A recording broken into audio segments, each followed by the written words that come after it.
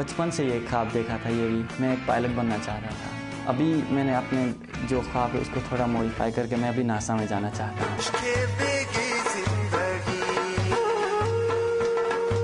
گلگت بلتستان سے تعلق رکھنے والے عاصم بیگ ڈسٹرکٹ گزر پنیال گچ میں رہتا ہوں. اسکول کا نام آغا خان ہائر سیکنڈری اسکول گاہکوچ ہے.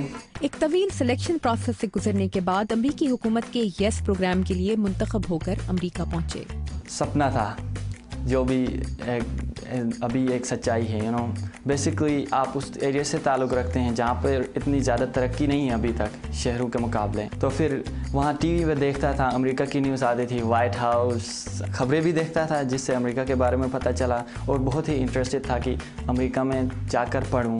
عاصم ایک پاکستانی ایکسچینج اسٹوڈنٹ کے طور پر ایک امریکی خاندان کے ساتھ رہنے کے تجربے کو انتہائی مختلف قرار دیتے ہیں. امریکہ کے گھر ہی الگ ہوتے ہیں، لیٹس سے وہ مطلب کھانا ہی کچھ اور کھاتے ہیں، وہ رہتے ہی کسی اور طریقے سے ہیں. ایک دو باتیں جو ہوں گی وہ سیم ہوں گی، لیکن اسکول ڈفرینٹ ہے. آپ دیکھیں تو لوگ ڈفرینٹ ہیں.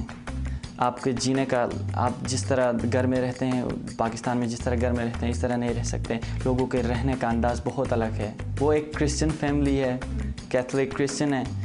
ابھی آپ مسلمان پیدا ہوئے ہیں اور اچانک آ کے آپ کو کہتے ہیں کہ 15 سال کی عمر میں آپ جا کے ایک کرسچن کے ساتھ رہو. یہ تو بہت ڈفرینٹ ہے نا.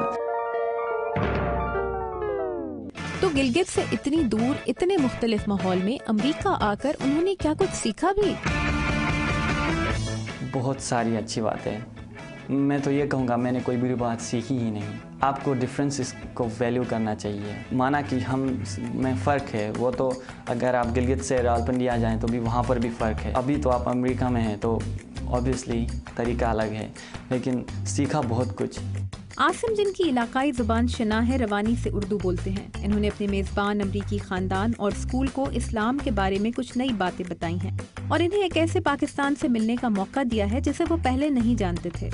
انہوں نے 2010 میں بھی ایکسچینج اسٹوڈنٹ کو ہوسٹ کیا تھا، لیکن وہ کہہ رہے تھے کہ اس سال میں ان کا ایکسپیرینس اور بڑا. وہ ایک الگ مسلمان سے ملے. آسان نہیں ہوتا کہ اپنی کنٹری کو ریپرزینٹ کرو. آپ کو ایک ایک بات کا خیال رکھنا ہے. آپ جو بول رہے ہیں وہ لوگ اسے سچ مان رہے ہیں. آپ جو ان کو دکھا رہے ہیں وہ سب مانتے ہیں کہ سب پاکستان میں یہی ہیں. ابھی ان کے خیال سے پورے پاکستانی مجھ جیسے ہیں، کیونکہ انہوں نے صرف مجھے دیکھا ہے پاکستان کے نام پہ. تو آپ عاصم پاکستان واپس جا کر کیا کریں گے؟ یہاں پر میں نے لیڈرشپ سکلز سیکھی ہیں. کس طرح ایک لیڈر بنتے ہیں، کس طرح اپنی کنٹری کو ریپرزینٹ کرتے ہیں. جو میں ابھی یہاں پر 1 سال گزار رہا ہوں یہ امریکہ کے لیے نہیں ہے. جو میں کروں گا وہ میں اپنی کنٹری میں کرنے والا ہوں. Tabinda Naeem, Urdu VOA، Washington.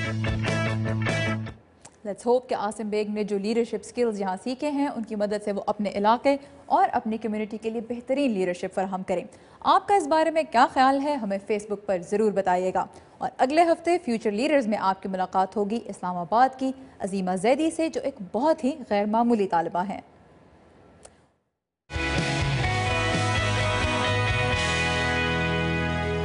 میں جو ہوں وہ آرٹس میں اپنا کوئی فیلڈ آگے لے کر جانا چاہتی ہوں، اور اس کے ساتھ ساتھ مجھے سائنس میں بہت انٹرسٹ ہے.